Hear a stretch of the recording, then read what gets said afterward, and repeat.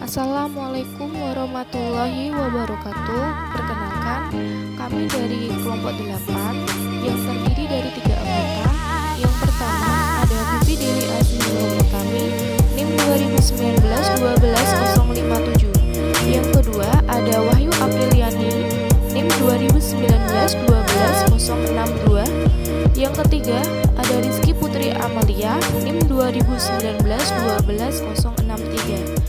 Di sini kami akan mempresentasikan bab analisis sumber risiko jangka pendek dan jangka panjang. Analisis risiko. Analisis rasio keuangan adalah analisis yang dilakukan dengan menghubungkan berbagai perkiraan yang terdapat pada laporan keuangan dalam bentuk rasio keuangan. Sedangkan rasio keuangan adalah angka yang diperoleh dari hasil perbandingan dari suatu pos laporan keuangan dengan pos lainnya yang mempunyai hubungan yang relevan dan signifikan atau berarti. Analisis risiko atau risk analysis dapat diartikan sebagai sebuah prosedur untuk mengenali satu ancaman dan kerentanan, kemudian menganalisisnya untuk memastikan hasil pembongkaran dan menyoroti bagaimana dampak-dampak yang ditimbulkan dapat dihilangkan atau dikurangi. Analisis risiko juga dipahami sebagai sebuah proses untuk menentukan pengamanan macam apa yang cocok atau layak untuk sebuah sistem atau lingkungan. Selanjutnya, sumber resiko. Sumber resiko terdiri dari 4. Yang pertama, internasional, kedua domestik, ketiga industri, keempat perusahaan. Yang pertama, internasional, terdiri dari 1. Ketidakstabilan pemerintah lokal, 2. Ketidakstabilan kebijakan pemerintah setempat, 3. Risiko perubahan kurs mata uang, 4. Resesi dunia. Domestik.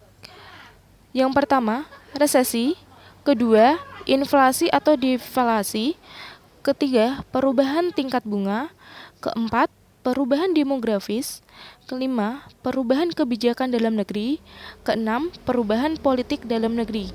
Selanjutnya, industri terdiri dari 1. Perubahan teknologi, 2. Persaingan, 3. Perubahan kekuatan tawar-menawar dalam industri, 4. Peraturan pemerintah yang berkaitan dengan industri. Selanjutnya perusahaan terdiri dari 1. Perubahan manajemen, 2. Perubahan strategi, 3. Risiko terkena bencana, 4. Risiko terkena tuntutan hukum.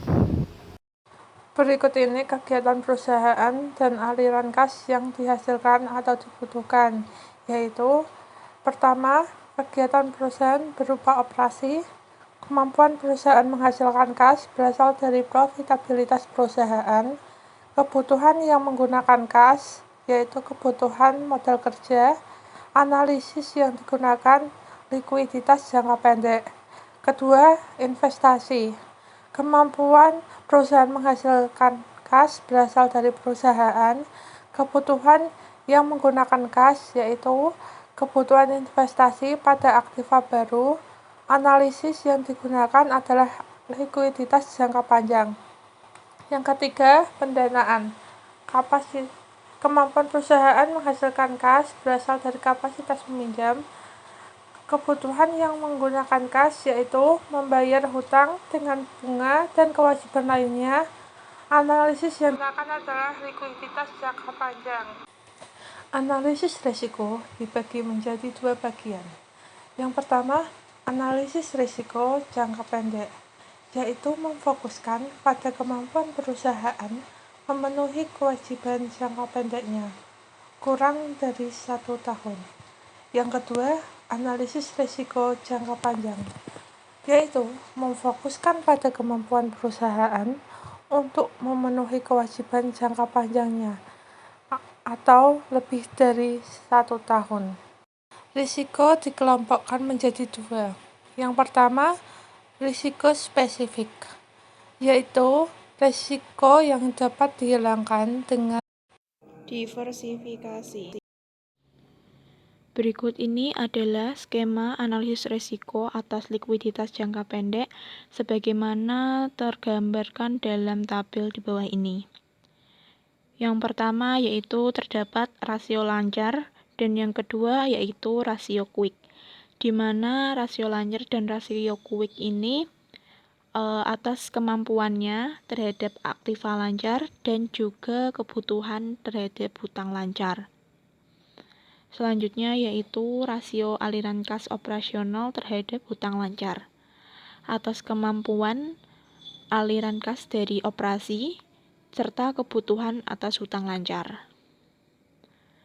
Selanjutnya yaitu analisis rasio aktivitas modal kerja, di mana kemampuannya adalah perputaran piutang dagang dan juga persediaan, serta kebutuhannya yaitu atas perputaran hutang dagang. Kemudian rasio interest coverage, kemampuannya berupa pendapatan sebelum bunga dan pajak, serta kebutuhannya biaya bunga. Selanjutnya yaitu rasio aliran kas operasional terhadap total hutang, di mana kemampuannya atas aliran kas dari operasi, serta kebutuhannya terhadap total hutang. Yang terakhir yaitu rasio aliran kas operasional terhadap pengeluaran modal, di mana kemampuannya atas aliran kas dari operasi serta kebutuhannya atas pengeluaran modal. Yang selanjutnya yaitu mengenai kategori risiko, di mana risiko atas likuiditas jangka pendek meliputi yang pertama yaitu rasio lancar, yang dapat dihitung dengan membagi aktiva lancar dengan hutang lancar. Yang kedua yaitu rasio quick, yang mana rasio ini menggunakan aset-aset yang akan berubah menjadi kas dengan lebih cepat. Yang ketiga yaitu rasio aliran kas terhadap hutang lancar, di mana rasio ini menunjukkan sejauh mana kas yang dihasilkan dari operasi dapat menutupi kewajiban lancar perusahaan. Dan yang keempat yaitu rasio aktivitas modal kerja, di mana rasio ini digunakan untuk menghitung seberapa cepat modal kerja dapat berputar atau menghitung seberapa lama dana tertanam di modal kerja. Dan untuk yang terakhir yaitu risiko likuiditas jangka panjang. Yang pertama adalah rasio utang jangka panjang, di mana rasio ini menunjukkan seberapa besar total utang yang digunakan oleh perusahaan untuk membiayai aktivitasnya. Yang kedua yaitu rasio utang terhadap ekuitas, di mana rasio ini menunjukkan seberapa besar total utang yang dimiliki oleh perusahaan jika dibandingkan dengan ekuitas yang dimiliki oleh perusahaan. Yang ketiga yaitu rasio kewajiban terhadap aktiva, di mana rasio ini menunjukkan seberapa besar utang yang digunakan untuk membiayai aktiva perusahaan. Selanjutnya yaitu rasio cakupan bunga, di mana rasio ini menunjukkan sejauh mana kemampuan perusahaan untuk dapat menutupi atau memenuhi kewajiban bunga atas pinjamannya terhadap kreditor. Yang kelima yaitu rasio aliran kas operasional terhadap total hutang, di mana rasio ini menunjukkan sejauh mana kemampuan perusahaan dalam menghasilkan arus kas dari kegiatan operasinya untuk memenuhi atau menutupi seluruh kewajiban yang dimiliki. Dan yang terakhir yaitu rasio aliran kas operasional terhadap pengeluaran modal, di mana rasio ini menunjukkan seberapa besar penggunaan arus kas operasi yang dihasilkan perusahaan dalam memenuhi kebutuhan pengeluaran modal perusahaan. Cukup sekian yang dapat kelompok kami sampaikan. Apabila terdapat salah kata atau kurang dalam penyampaian, kami mohon maaf yang sebesar-besarnya. Wassalamualaikum warahmatullahi wabarakatuh.